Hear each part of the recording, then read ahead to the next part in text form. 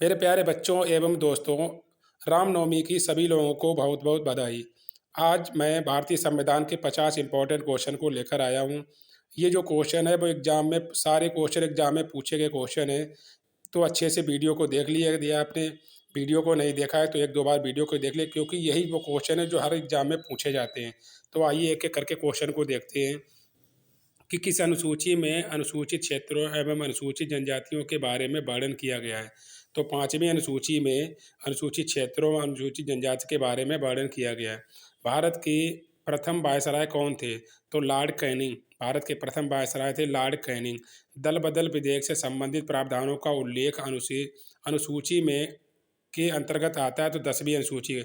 दल बदल जो विधेयक है वो किस अनुसूची के अंतर्गत? 10वीं अनुसूची के अंतर्गत आता है। 14 से कम आयु के बच्चों को कारखाने में काम करना क्या बाधित है? किस अनुच्छेद के द्वारा? अनुच्छेद 24 के द्वारा बच्चों को 14 साल से नीचे कारखाने में नहीं ला सकते। वायसराय का पद कब सृजित किया गया? 1858 भारत शासन अधिनियम के द्वारा वायसराय का पद सृजित किया गया। हम भारत के लोग जैसी शब्दावली का उल्लेख संविधान में कहाँ से लिया गया? प्रस्तावना में लिया गया है। न्यायिक समीक्षा की अवधारणा कहाँ से ली गई? अमेरिका से। तो न्यायिक समीक्षा की अवधारणा जो ली गई वो किस देश से ली गई? संयुक्त राज्य अमेरिका से न्यायिक अवधारणा की प्रक्रिया ली गई है अमेरिका से। आइए नेक्स्ट क्वेश्चन देख लेते हैं, क्वेश्चन नंबर 58। ये सारे जो क्वेश्चन हम करा रहा हूँ ये सारे सब इंपॉर्टेंट क्वेश्चन हैं और सारे एग्जामों में आए हुए क्वेश्चन ही करा रहा हूँ। तो अच्छे से वीडियो को रिपीट कर लीजिए। बंगाल के पहले गवर्नर जनरल कौन थे? Byron Hastings. तो बायरन हेस्टिंग्स बंगाल के पहले गवर्नर जनरल थे। राष्ट्रपति किस अनुच्छेद के द्वारा दोनों सदनों की संयुक्त बैठक बुलाता है? तो अनुच्छेद 108 के द्वारा राष्ट्रपति दोनों सदनों की संयुक्त बैठक बुला सकता है। सर्वोच्च न्यायालय के प्रथम एवं मुख्य न्यायाधीश कौन थे? हीरालाल जी कानिया। ये भी क्वेश्चन बहुत बार एग्जाम में पूछा गया कि सर्वोच्च न्यायालय के प्रथम मुख्य न्यायाधीश कौन थे? हीरालाल जी कानिया।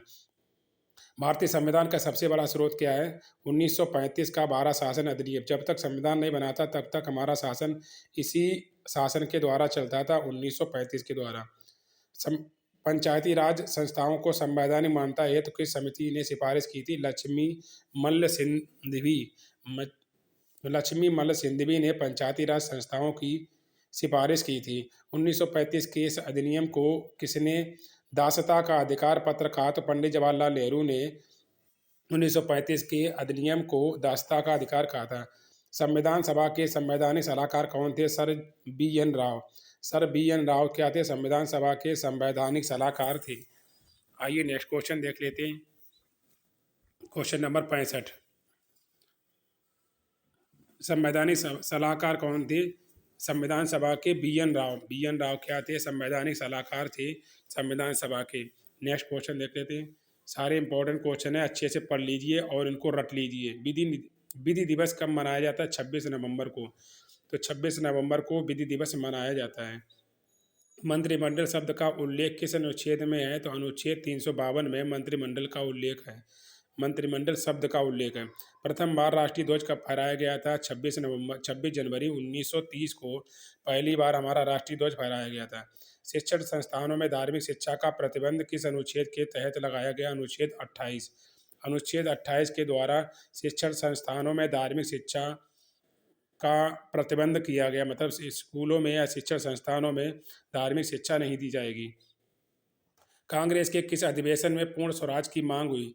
तो कांग्रेस के किस अधिवेशन में? लाहौर अधिवेशन में। और 1929 लाहौर अधिवेशन में पूर्ण स्वराज की मांग की गई थी। ये वाला क्वेश्चन बहुत बार एग्जाम में पूछा जाता है।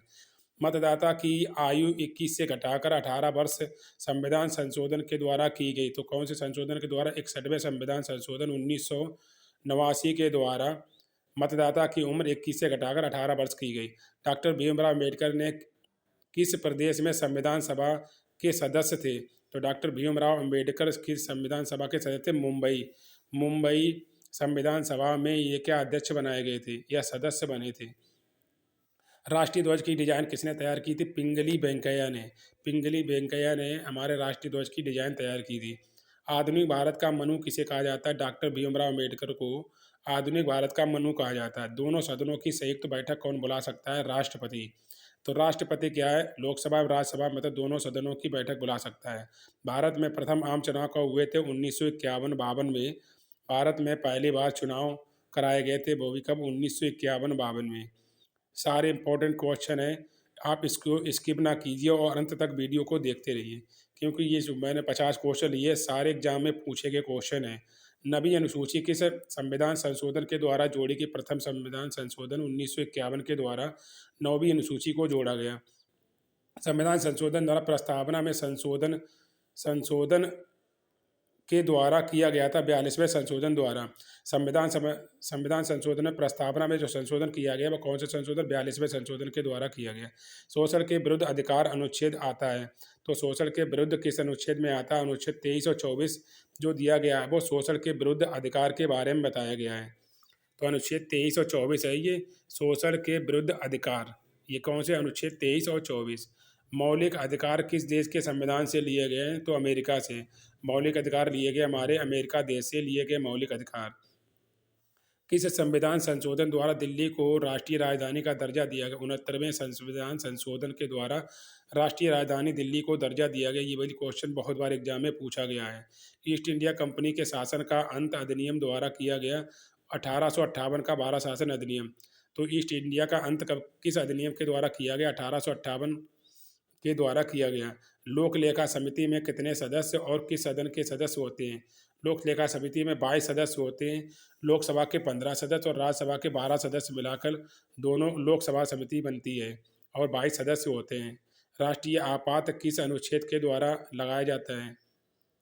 अनुच्छेद का निलंबन को जाता है, तो अनुच्छेद 19। राष्ट्रीय आपात में कौन सा अनुच्छेद निलंबन को जाता है? तो अनुच्छेद 19। संसद की प्रथम बैठक कब हुई? 13 मई 1952 को संसद की पहली बैठक हुई थी। तो संसद की पहली बैठक कब हुई थी? 13 मई 1952 को पहली बैठक हुई थी। और लोक लेखा समिति में कितने सदस्य होते हैं? 22 सदस्य होते हैं। कौन अपने पद की शपथ नहीं लेता? लोकसभा का अध्यक्ष। लोकसभा का अध्यक्ष अपने पद की शपथ नहीं लेता है। 73वें 74वें संविधान संशोधन के समय देश के प्रधानमंत्री कौन थे? पीवी नरसिम्हा राव। 73वां 74वां जब संशोधन बनाया था, 73वां का ग्राम पंचायत से, 74वां का पंचायती राज से संबंधित है। उस समय प्रधानमंत्री कौन थे? पीवी नरसिम्हा राव। भारत का राष्ट्रपति किस अनुच्छेद के अंतर्गत आता है? अनुच्छेद 52। भारत का राष्ट्रपति चुना जाता है अनुच्छेद 52 के द्वारा भारत का राष्ट्रपति बनता है। तो ये सारे क्वेश्चन अच्छे से हैं, अच्छे से पढ़ते रहिए और नोट कर लीजिए और वीडियो को स्किप ना कीजिए। आइए नेक्स्ट क्वेश्चन देखते हैं। महाभियोग की प्रक्रिया का उल्लेख अनुच्छेद में है, तो महाभियोग की प्रक्रिया का उल्लेख है किस अनुच्छेद में? अनुच्छेद 61 में महाभियोग की प्रक्रिया है। भारत का उपराष्ट्रपति की अनुच्छेद के आता है? अनुच्छेद के अंतर्गत आता है अनुच्छेद 63। अनुच्छेद 63 के अंतर्गत भारत का उपराष्ट्रपति आता है। भारतीय संविधान का मैग्ना कार्टा किस भाग को कहा जाता है? भाग 3 को, मतलब जो मौलिक अधिकार हैं भाग 3 के, उनको क्या कहा जाता है? भारतीय संविधान का मैग्ना कार्टा कहा जाता है। भारतीय संविधान का मैग्ना कार्टा कहा जाता है भाग 3 को। और भाग 3 में क्या है? हमारे मौलिक अधिकार। और मौलिक अधिकार कहाँ से लिए गए? संयुक्त राज्य अमेरिका से मौलिक अधिकार लिए गए। आइए नेक्स्ट क्वेश्चन देख लेते हैं। धन विधेयक को धन संसद के किस सदन में पेश किया जाता है? लोकसभा में। धन विधेयक जो है वो किस सदन में पेश किया जाता है? लोकसभा में। डॉक्टर भीमराव अम्बेडकर ने किस अधिकार को भारतीय संविधान की आत्मा कहा है? तो संवैधानिक उपचारों के अधिकार को क्या संविधान की आत्मा कहा है? अनुच्छेद 32 के अंतर्गत आता है। तो संविधान की आत्मा किसको कहते हैं? संवैधानिक उपचार के अधिकार को। किस संशोधन द्वारा संपत्ति के मूल अधिकार को कानूनी अधिकार बनाया गया? तो 44वें संविधान संशोधन 1979 में 1979 के द्वारा संपत्ति के मूल अधिकार को कानूनी अधिकार बनाया गया। कौन सा संशोधन है? 44वां संविधान संशोधन। राज्यसभा का पदेन सभापति कौन होता है? उपराष्ट्रपति। उपराष्ट्रपति राज्यसभा का पदेन सभापति होता है। केंद्र और राज्य के बीच संबंध संवर्ती सूची प्रस्तावना की भाषा कहाँ से ली गई है? ऑस्ट्रेलिया से। तो संवर्ती सूची प्रस्तावना की भाषा ऑस्ट्रेलिया से ली गई है। राष्ट्रपति संसद में कितने सदस्यों को चुनता है? 14 सदस्यों को। 12 सदस्य राज्यसभा के लिए चुनता है और 2 सदस्य लोकसभा के लिए चुनता है। ये भी क्वेश्चन बहुत बार पूछा गया है। प्राक्कलन समिति में कितने और किस सदन के सदस्य होते हैं? लोकसभा के सदस्य होते हैं और 30 सदस्य होते हैं। 30 सदस्य होते हैं और किसके होते हैं? लोकसभा के। ये भी क्वेश्चन बहुत बार पूछा गया। धन विधेयक किस अनुच्छेद में उल्लेखित है? अनुच्छेद 110 में धन विधेयक के बारे में कहा गया है। प्रांतीय संविधान समिति के अध्यक्ष कौन? सरदार वल्लभ भाई पटेल। संसद में धन विधेयक को प्रस्तुत करने के पूर्व किसकी अनुमति आवश्यक है? राष्ट्रपति की। तो संसद में धन विधेयक प्रस्तुत करने के लिए राष्ट्रपति की अनुमति आवश्यक होती है। तो ये मैं 50 क्वेश्चन की पूरी सीरीज लेकर आया था संविधान के सारे क्वेश्चन दिए थे भारतीय संविधान के, जो अच्छे से आपने पढ़ लिया। अगर एक बार नहीं अच्छे से पढ़ पाए तो दो बार, तीन बार, चार बार रिपीट कर लिए, क्योंकि यही क्वेश्चन है जो एग्जाम में मोस्टली पूछे जाते हैं। मेरे पढ़ाने का तरीका अच्छा लगा हो तो लाइक शेयर कीजिए, सब्सक्राइब कीजिए और मेरे चैनल के साथ बने रहिए। मिलते हैं नेक्स्ट वीडियो में। जय हिंद।